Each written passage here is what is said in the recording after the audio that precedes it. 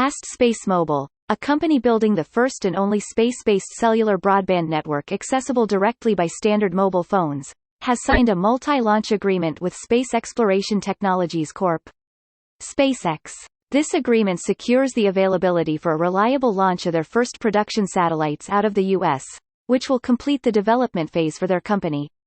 With this agreement, ASTS Mobile is industrializing their technology and preparing for the launch of the Bluebird satellites.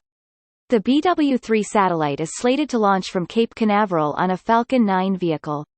The satellite has an aperture of 693 square feet and is designed to communicate directly with cell phones via 3GPP standard frequencies.